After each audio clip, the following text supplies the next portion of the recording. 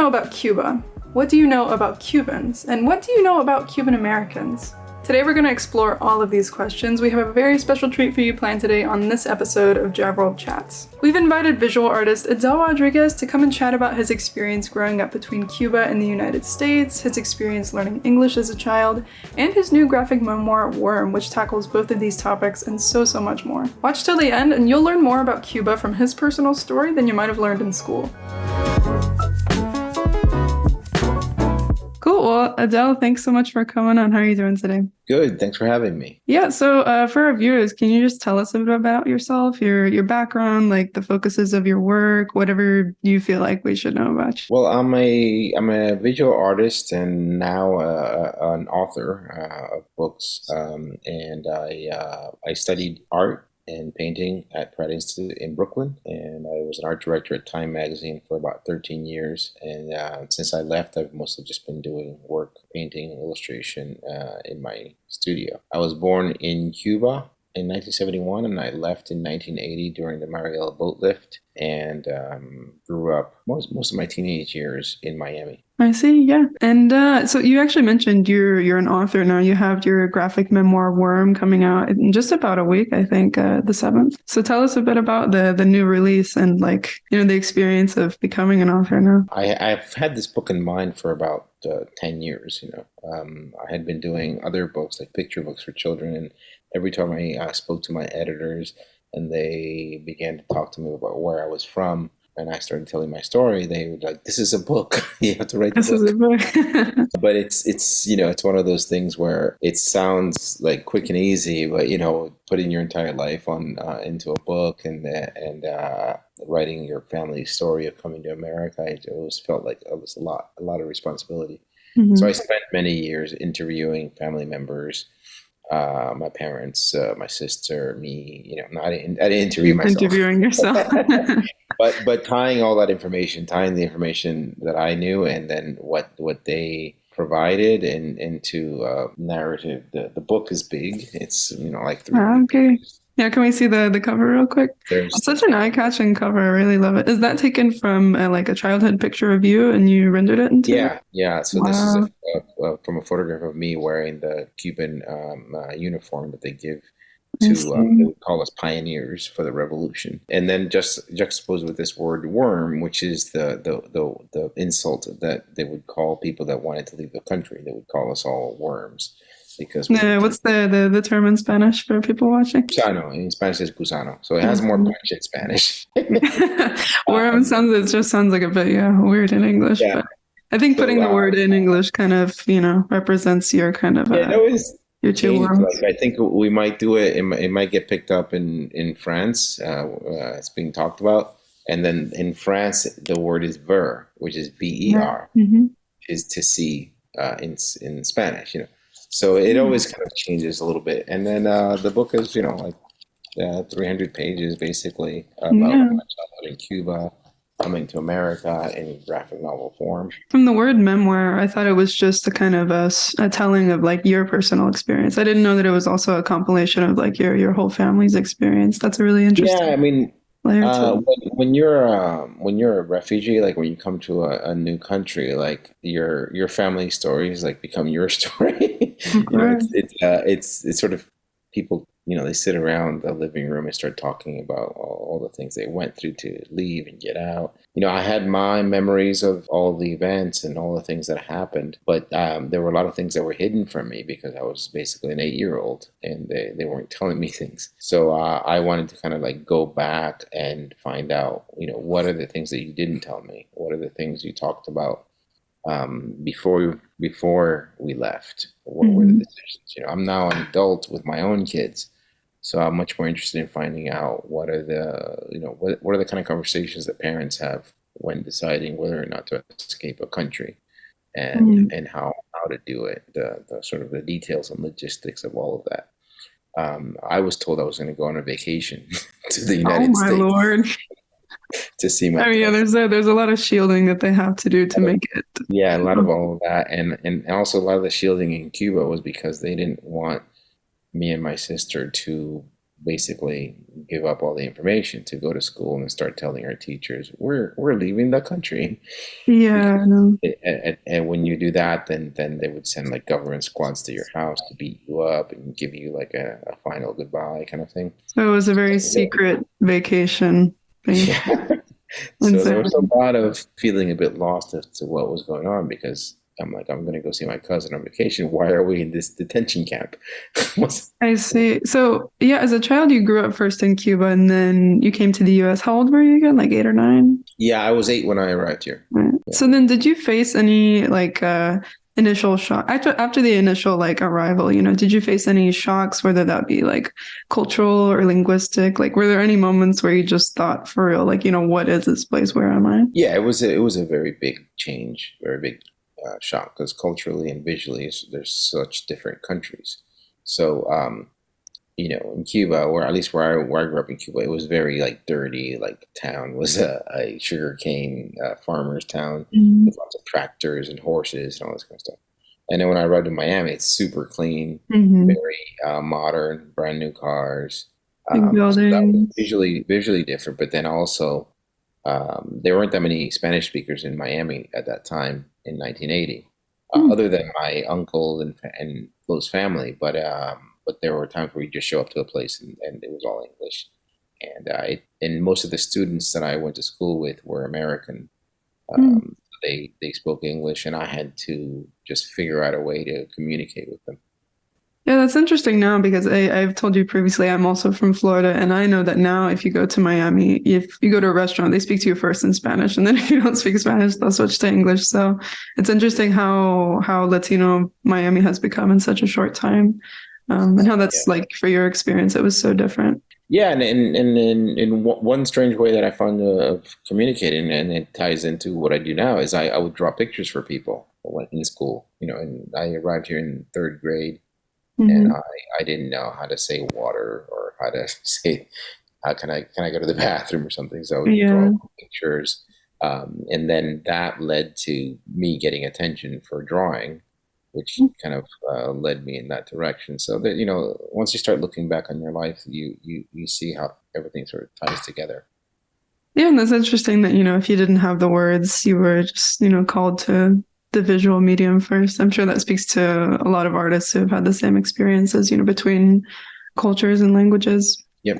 As you know, on the topic of language, as a native Spanish speaker, what was maybe like in your first couple of years here, what was the most difficult thing about learning English as a child? And I actually read online that you won a spelling bee only after a few years here, so maybe it wasn't that hard, but yeah, it was pretty shocking. I don't really know how it happened. I do know other people who had similar experiences. It sort of depends on your age. If you arrive very young, you tend to pick up the language much faster.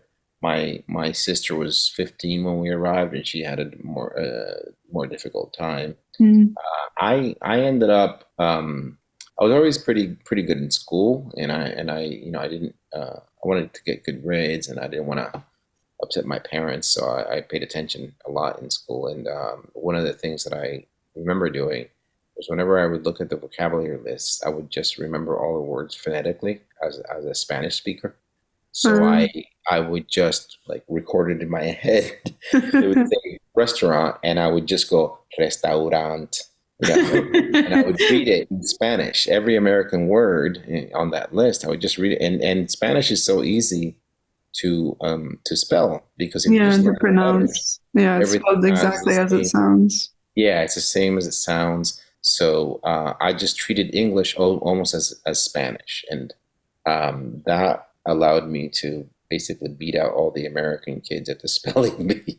Yeah, no, honestly, it's a really good approach. Maybe a bit more difficult for English, since, you know, sometimes the letters just don't match up to how it sounds, but still, that's pretty. Yeah, I was kind of trapped. I still remember the word choir. Choir. That was the winning word? That's the losing word for me. Yeah. Because I didn't understand, how does CH become a K in English, you know? Yeah, no, and especially with the OI, how is that? Wah. Yeah. Like... So the words had to stay pretty straight up, and then I would get those. But then I lost on a couple of words that were a little bit more complicated. That's a memorable anecdote. I mean, so yeah, you were able to even get past the American English speaking kids just from that Yeah, determination. yeah. I think it surprised all the teachers too. It was funny. Yeah, I mean, if people have lower expectations and you're aware of it, it also probably makes you want to work even harder to exceed those. Growing up, did you get the chance to continue visiting Cuba? I didn't go to Cuba for another 14 years. So I left when I was 8, and I didn't go back, I think, until I was about 20 or 21. Wow, yeah, so that's not a continued relationship with the country. It's been so No, far. so a lot of things happened, during that time.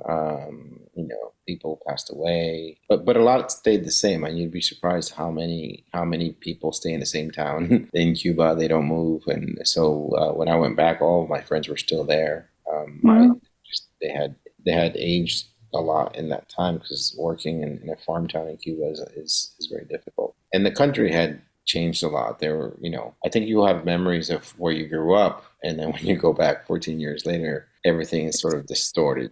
Everything, the houses seem smaller, dirtier, and so it kind of messes up with your memories. Because you've gotten used to the US and the way things are here for so long. So when you go back, it's maybe even more dramatic of a difference than you remember. Yeah, and also you change physically. Like when you were a very little kid, imagine you have a room where you grew up and you were about 3 feet tall, and Yeah. then you're 5'7", where you're like, wait, this is very I disconcerting. think I remember this house being like a lot bigger because you're a Yeah, lot smaller. a lot of things changed, and then I went back again a lot of years after that. I've probably gone back about maybe 6 or 7 times. That's And good that you were still able to reestablish that connection because, US-Cuba relations are so difficult. And so, I mean, even though you didn't get to continually go there growing up, did you still miss it? Or, at that point, was it kind of just, this is my life now in the US? yeah, I mean, I've always missed it, and I've loved missed my family and the places. I love Cuba. I love the lifestyle, the colors. I just don't like the politics of it. Please. But I've been able to, whenever I'm trying to figure out what to draw or paint, I just kind of go back to my childhood and the places that I frequented, and the religion and the rites, and some of the landscape. So yeah, and through those years, I always wrote back and forth, wrote letters to my family in Cuba. So I stay pretty close to the people there. I mean, there are people that left in the '60s that never really stayed in touch with people. It's big because they had, maybe a family where the entire family left all at the same time. We didn't have that, so I left behind my grandparents and my best friends and a lot of uncles and aunts, and I like staying in touch with them. Yeah, no, that's good that you were still able to maintain that relationship. You mentioned though that those images of Cuba as a young kid, those are what you often go back to when you're starting to draft up something new. I want to ask, how do you approach translating language and culture through visuals? I see you have a lot of stuff behind you, so there's a lot represented, but I wonder how you go about it. Just pours out of me. I mean, yeah, that's easy for an artist to say. On the outside, though, we're like, how? Yeah, I mean, I actually don't have that much time to like make everything that I want to make. There's a lot of sketchbooks that I have of ideas, and it actually comes pretty naturally. And I think when you're trying, that what happens in the United States is that the culture itself, the sort of culture, there's no American culture, right? It's sort of an amalgam of a lot of different cultures. And often the what gets celebrated is really not that culturally deep. It's very like, on the surface, fun times, etc. So I tend to, like, when I'm thinking what is it that feels more real, more genuine to me, it is these spaces and rituals that I kind of grew up with.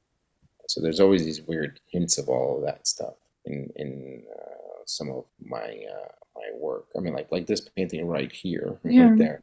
It's something that it's a scene from my book that I'm now making a larger painting out of, and it's the procession of San Lázaro on December 17th, where people crawl for miles to go to this temple that supposedly cures people, and they're crawling through the street with pulling stones and rocks, heavy items on their back. It's sort of like this idea that, suffer for your saints and hopefully they'll help you. So that kind of stuff is not that common here in the United States, No, yeah, and if it is, it's just imported from another culture. Yeah, and it's very rich in ideas. For example, I just went to Bali and for a book festival, and the rituals and the things that people do there are just amazing. The color, the graphics. They offer up prayers 4 times a day to their gods. Mm-hmm. And if you're eating something, you offer it up and you put it on the altar. Very similar to actually what happens in Cuba. So wherever you go, you see a little bit of Cuba. Yeah, whenever whenever I'm in a different country, I'm sort of looking around and seeing, well, what's happening here? How do people mark time? How do they treat people that have passed away? What do they do as a daily ritual per se? And I'm always interested in those kinds of things. No, it makes sense. Yeah, when you've traveled, people that you either notice that things are really similar or things are really different, or it's a blend of both. So Right. I guess in that case, it's a lot of similarities with Cuba. I wanted to ask, so out of all the topics, regarding Cuba, the US, everything, out of all the topics that you explore in your work, what's your favorite kind of thing to cover visually? I'd say probably like interactions between people. I really like figurative art, figures and spaces and relationships. Those are sort of the things that interest me, or tend to interest me the most. I mean, portraiture, how people look, shapes, colors. So dealing with You can see I use very, very strong color in my work. Yeah, it's very visually stimulating. I loved your work. So whenever I'm somewhere, that is what attracts me is this like strong, punchy colors and things that sort of make your heart flutter a bit. Yeah, it seems like it's a dramatized. The way that you do portraits, they often seem like dramatized versions of reality, and people's features are so much different than they appear in real life. So to close, I wanted to ask more of like a general umbrella question. What do you think people get wrong about Cuba/Cubans? Well, I would say maybe a couple of things.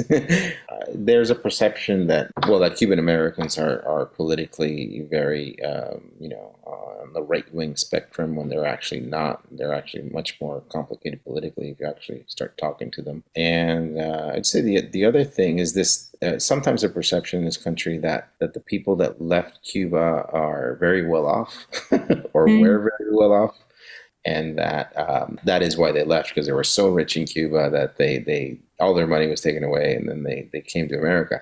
And that's not the case. My family and a lot of people in my town, we were very poor people that grew up in farming communities, and we just got to a point where we couldn't put up with the system any longer. So I think those things are misconceptions that are often used against people, and they're very incorrect. There are a lot of people in Cuba that just want a better life where they don't have to worry about where their food's coming from. So that's why they end up leaving, and for better opportunities in this country, like many other immigrants. Yeah, I mean the events that happened in Cuba affected every class in different ways, but yeah, I think the generalizations in the U.S. are kind of strong, especially in Florida, where we're from. The knowledge about Cuba and Cubans is just so common. There's a lot of Cubans in Florida. So I think growing up, I also heard some of those things, and I was always kind of curious about the other side, but yeah, it's not the reality. Yeah. And I think there's also one thing that always sort of irks me is that we put Latin America into this big all-encompassing thing in the United States. Well, we don't do that about Europe. Right? Yeah, we never say Europeans. Yeah. We generally say, the French or French language, or say the Italian culture, Italian design, or whatever, and then we just say Latin American design, Latin American art. That's the other one. Yeah, I think the fact that the language, although the dialects differ, just the fact that there's one unifying language, people just think a lot of times that language is attached to culture. And of course it is, but it's not, that's the only thing that makes a culture. And I feel for a lot of people, it's harder to make that distinction because, a lot of Latin America speaks the same language.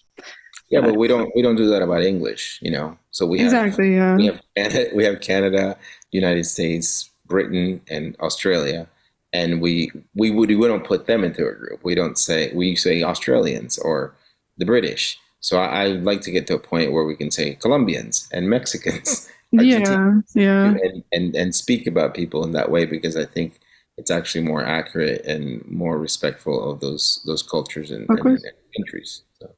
I agree. I think as someone who's learned Spanish and existed in that whole world, it's kind of like inseparable from like I can't see. I see, maybe Central America is one thing, but then Mexico is another thing. And then, South America, there's so many different cultures there. So it's like kind of we rarely use the terms Latino Americano. We say Mexicano, we say Colombiano, él es de Brazil. And that Brazil is a whole other thing.